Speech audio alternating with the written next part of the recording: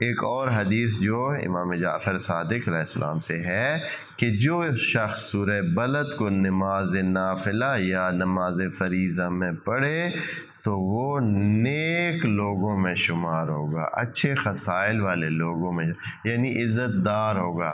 اگر عزت پانی ہے، لوگوں میں نیک نامی پانی ہے کہ لوگ آپ کی تعریف کریں، بلے بلے کریں، آپ کا احترام کریں، اور جہاں بھی آپ ہوں تو لوگ آپ کو اچھے انداز میں ملیں اور لیں، تو سورہ بلد کی آپ کیا کریں؟ تلاوت کیا کریں اور نمازوں میں شامل کیا کریں۔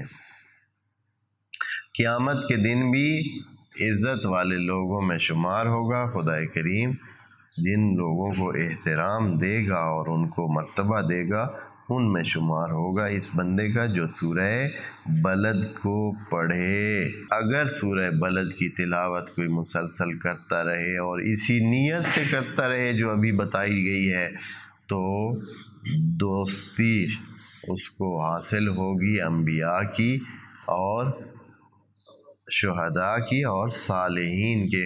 کئی لوگ ہیں نا، وہ چاہتے ہیں کہ ابھی اس دنیا میں تو ان کا سامنا نہیں ہوا ہے، ان کو واسطہ نہیں پڑا ہے، ان کو ملاقات نہیں ہو، لیکن انہیں شوق ہے کہ وہ کیا ہے، ان کی ملاقات ہو ان بڑے لوگوں سے، ان عزیز لوگوں سے، ان فرض کریں انبیاء سے۔ کوئی چاہتا ہے کہ حضرت ابراہیم علیہ السلام کی زیارت کرے اور رفاقت بھی ہو، تو اس قسم کے بندوں کے لیے اگر وہ چاہتے ہیں کہ آخرت میں ان کی رفاقت نصیب ہو، تو وہ سورہ بلد کو مسلسل پڑھیں۔ خدا کریم اپنے رحم و کرم سے اس کے لیے یہ مواقع فراہم کرے گا کہ وہ آخرت میں انبیاء، شہداء، صالحین کا رفیق ہوگا، ان کے دوستوں میں اور ان کی محفل کا حصہ ہوگا۔